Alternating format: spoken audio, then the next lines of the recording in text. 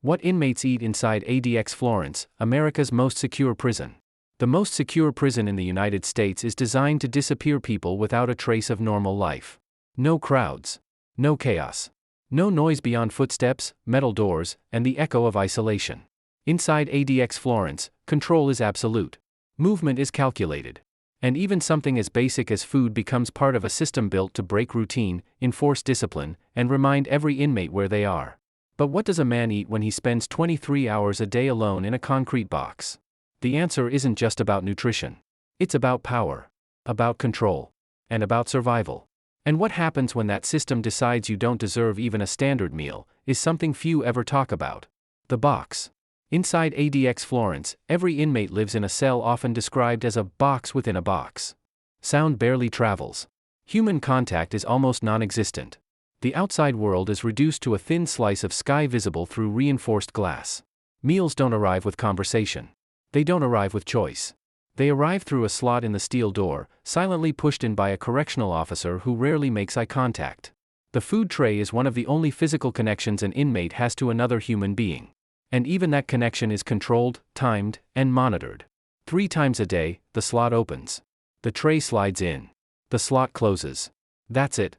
But what's on that tray tells a much deeper story. And it's not always the same. The standard meal.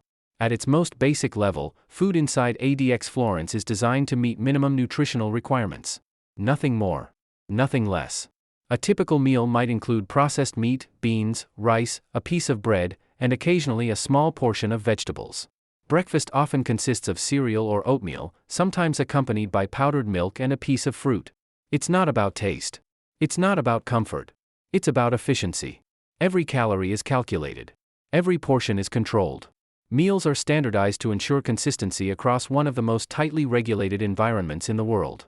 But here's the detail that rarely gets mentioned: inmates don't eat together. There is no cafeteria. No shared tables. No casual conversations over food. Each meal is eaten alone. And over time, that changes the meaning of eating itself. Food becomes less about hunger and more about routine. But what happens when even that routine is taken away? Eating in silence. Inside ADX, silence is not just common. It's enforced by design. An inmate receives his tray, sits on a concrete slab or metal bed, and eats without distraction. No television chatter. No voices nearby. Just the sound of utensils against plastic, or sometimes, nothing at all. Some inmates eat quickly, finishing within minutes. Others stretch the process, turning a 10-minute meal into a 30-minute ritual just to break the monotony of time. Because in a place where every hour feels identical, even eating becomes something to hold on to. But not all inmates experience food the same way.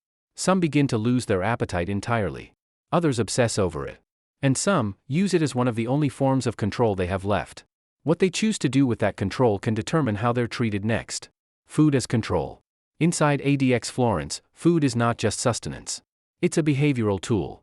Inmates who follow rules receive standard meals. Those who don't can find that privilege altered. Refusing orders, damaging property, or acting out can lead to disciplinary measures. And sometimes, those measures involve food. Not starvation. Not outright denial. But restriction. Controlled diets. Reduced choices. Limited variation. It's a system designed to reinforce compliance without ever appearing excessive on paper.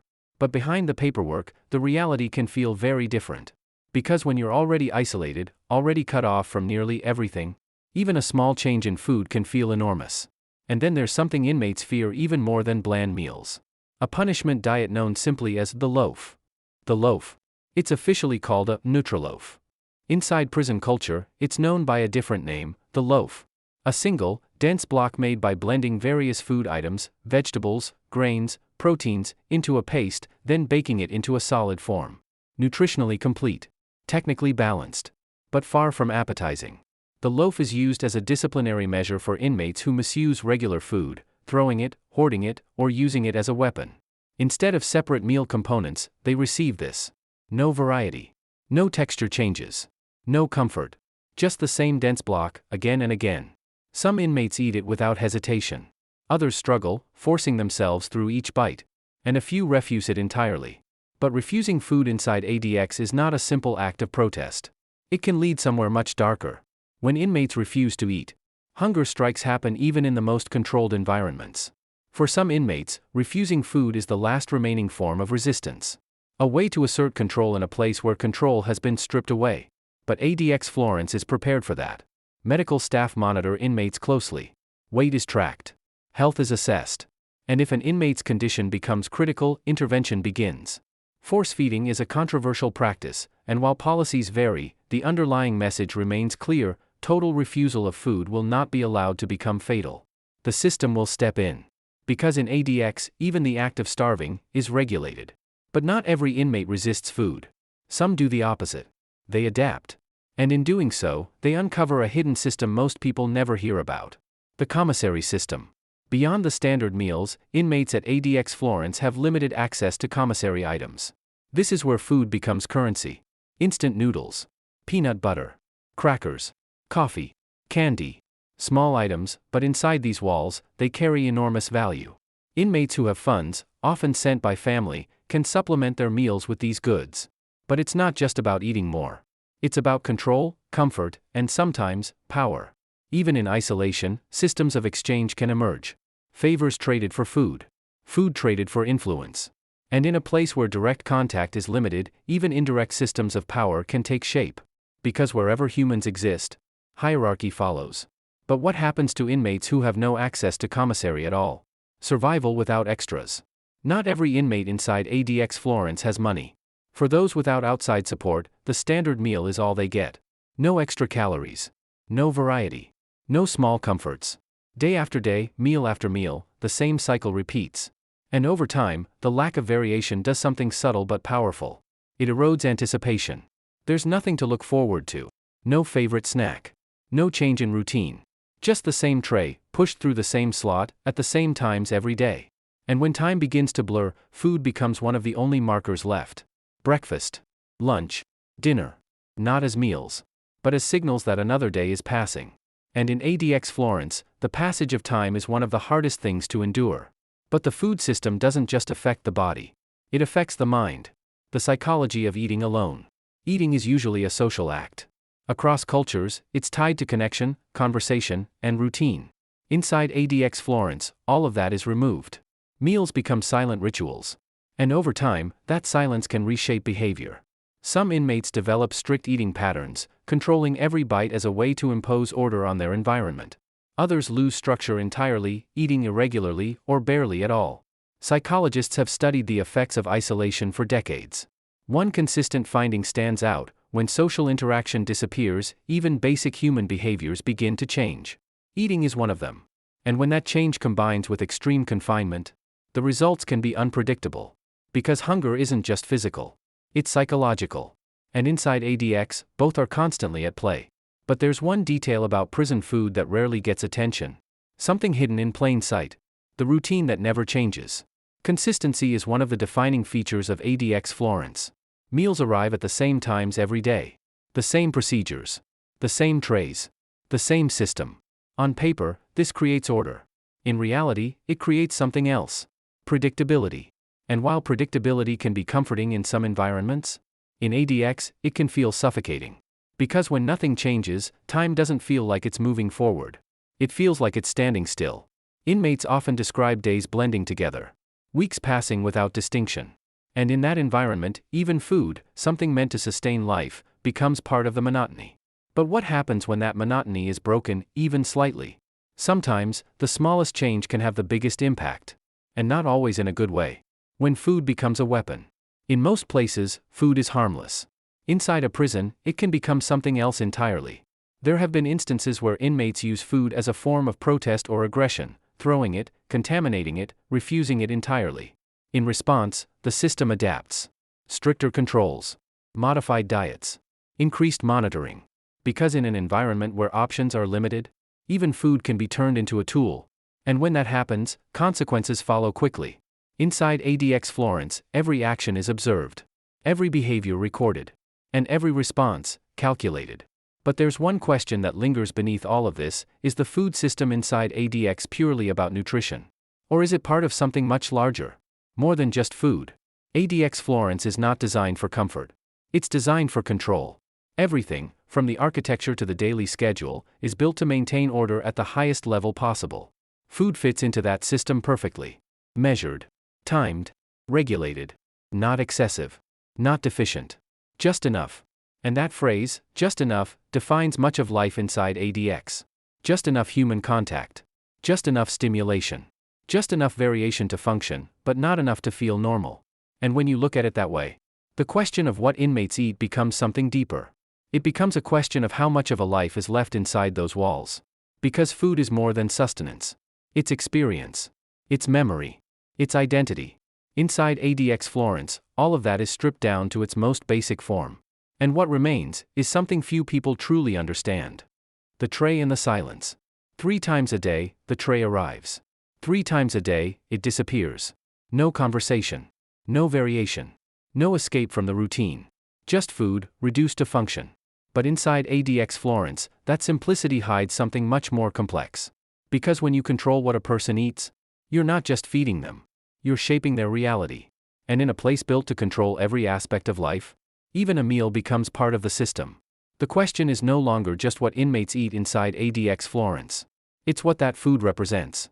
And what it slowly takes away. How the food is made. Long before a tray reaches a cell door in ADX Florence, it begins in a place few ever see, the prison kitchen. Everything here is scaled for control and efficiency. Ingredients are measured in bulk. Recipes are standardized. There is no room for improvisation, no space for creativity. Meals are prepared in large batches, often hours before they are served. Portions are calculated down to the gram, ensuring that every inmate receives the same nutritional intake. But this is not a restaurant. It's a system. Food is designed to travel, to sit, to be reheated if necessary.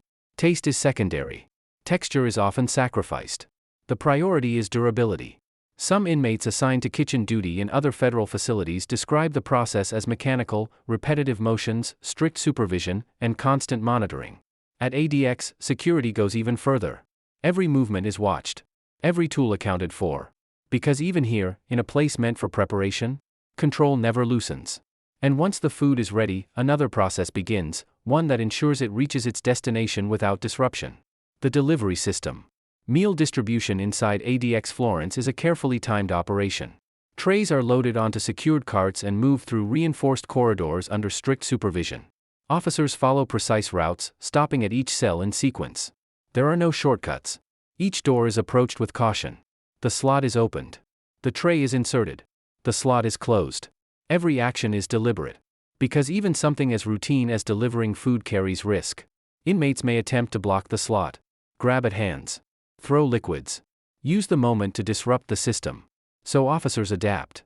They move quickly, efficiently, and with distance.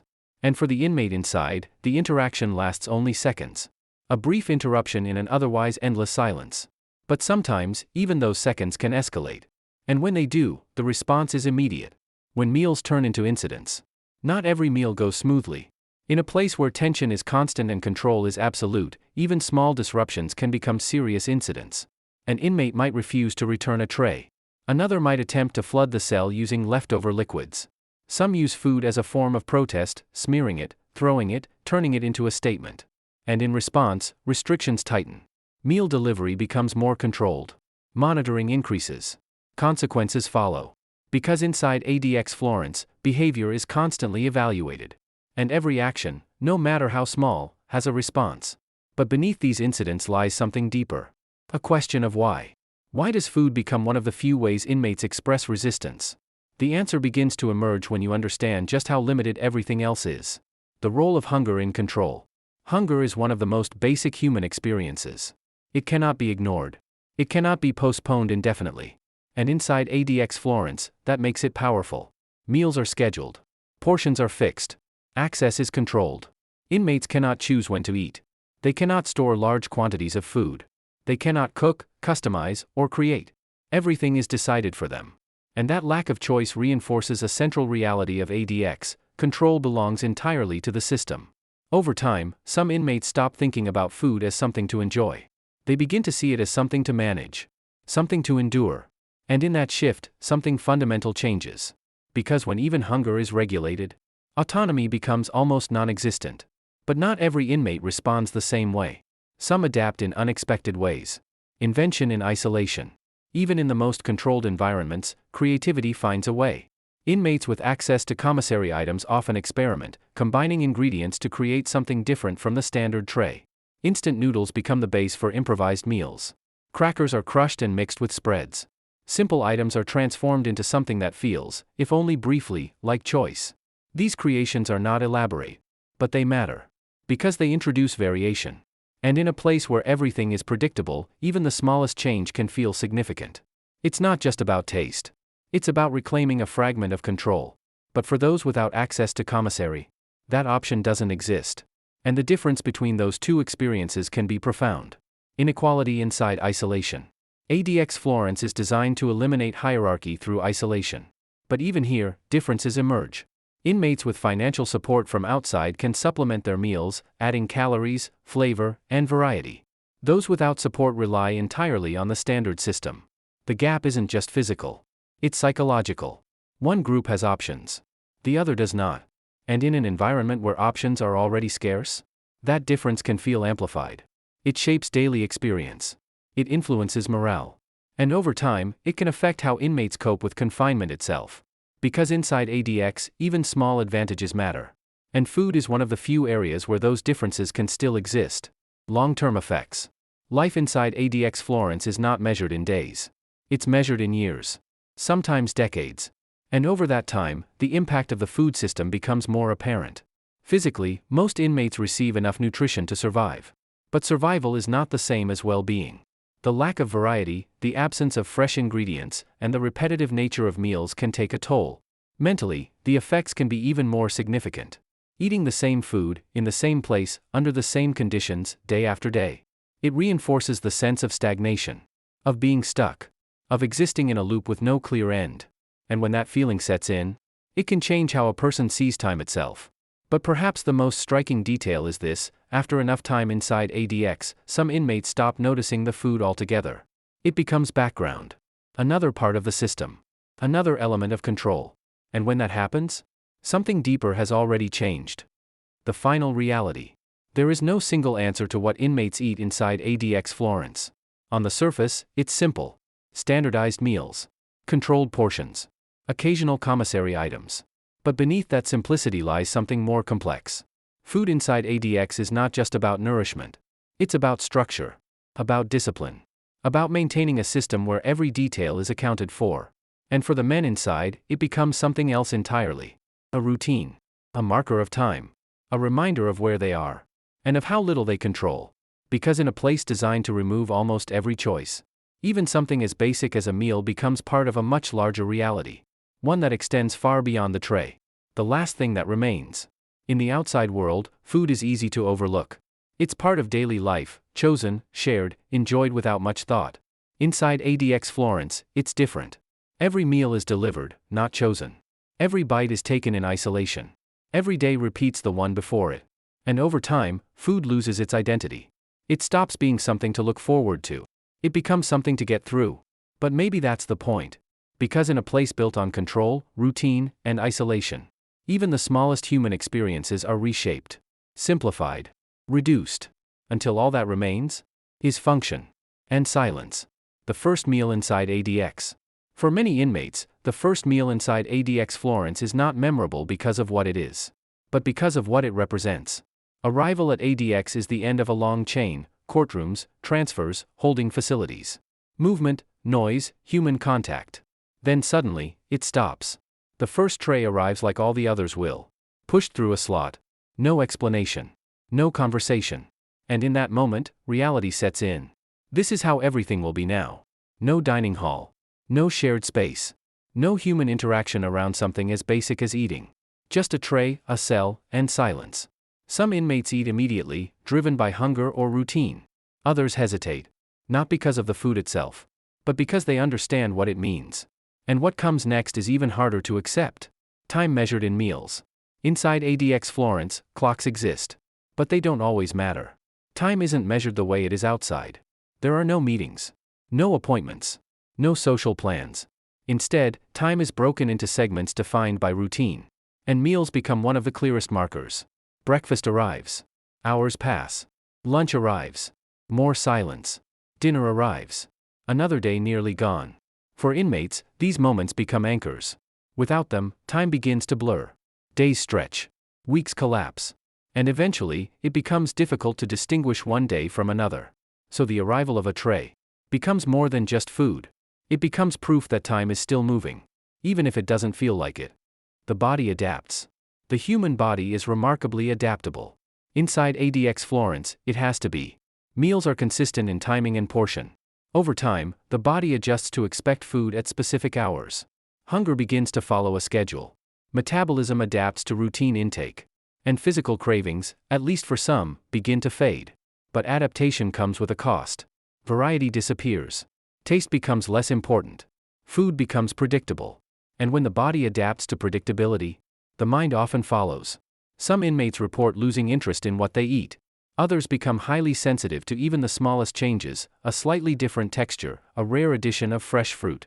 Because when everything is controlled, even the smallest variation stands out.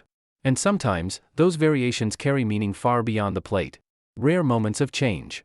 On rare occasions, meals inside federal prisons may include slight variations. A holiday meal. A seasonal change. A minor adjustment in ingredients. Inside ADX Florence, even these small changes are tightly controlled. But they are noticed. Because when routine dominates every aspect of life, change becomes significant. A different item on the tray can shift an inmate's entire day. Not because of the food itself, but because it breaks the pattern. It reminds them that something outside the routine still exists. That time is passing in a way that matters beyond the walls. But those moments are rare. And when they pass, the system resets. The same trays return. The same schedule resumes. And the silence continues. The role of trust. Food inside ADX Florence also carries an element of trust. Inmates rely on the system to provide meals that are safe, consistent, and free from contamination. And in most cases, that system functions as intended. But in an environment defined by tension and control, trust is never absolute. Some inmates approach meals cautiously, inspecting, hesitating, sometimes delaying before eating. Not necessarily because of specific threats, but because of the environment itself. A place where control is constant can create a mindset where nothing is taken at face value, even something as basic as food. And when trust is limited, every routine carries an underlying question. Food and memory. Food is deeply tied to memory. A certain taste can bring back a moment, a place, a person. Inside ADX Florence, that connection becomes distant. Meals are standardized, neutral, lacking the personal elements that create strong associations. But memory doesn't disappear. It lingers.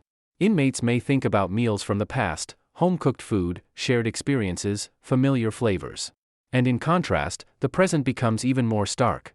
Because the difference isn't just about taste. It's about what those meals represented. Connection. Choice.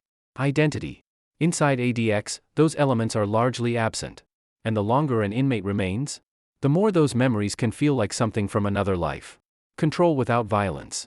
ADX Florence is often described as one of the most controlled environments in the world. But that control doesn't rely on constant force. It relies on systems, schedules, procedures, predictability. Food is part of that system. It reinforces routine without confrontation. It maintains order without noise. It operates quietly, consistently, effectively. And that's what makes it powerful. Because control doesn't always need to be visible. Sometimes, it's embedded in everyday processes. So deeply that it becomes almost invisible. Until you look closer. And realize how much it shapes everything. What food can't fix. Food sustains the body. But it doesn't address everything. Inside ADX Florence, meals provide enough nutrition to survive. But they don't fill the silence. They don't replace human interaction. They don't change the environment. And they don't alter the reality of confinement. An inmate can eat every meal and still feel the weight of isolation. Because hunger is only one part of the human experience. And inside ADX, there are many others that remain unaddressed. Which raises a deeper question. If food is reduced to function, what happens to everything else that makes life feel human? The system never stops. Morning comes. The first trays are prepared. The carts begin to move. The slots open. The trays slide in. And the cycle repeats. Day after day. Year after year. Unchanged. Uninterrupted. Precise. Inside ADX Florence, food is not an experience. It's a system. One that operates with consistency, control, and purpose. And for the men inside, it becomes something they live with. But rarely escape. Because in a place where everything is designed to limit choice, even the most basic act of eating, belongs to the system. And the system never stops. If there's one thing ADX Florence makes clear, it's this: control isn't always loud. Sometimes, it's quiet, routine, almost invisible. A tray slides in. A tray slides out. And somewhere in between, another day disappears. Because inside those walls, even something as simple as a meal is no longer a choice, it's a reminder of a life completely controlled. And once that becomes normal, what else fades away?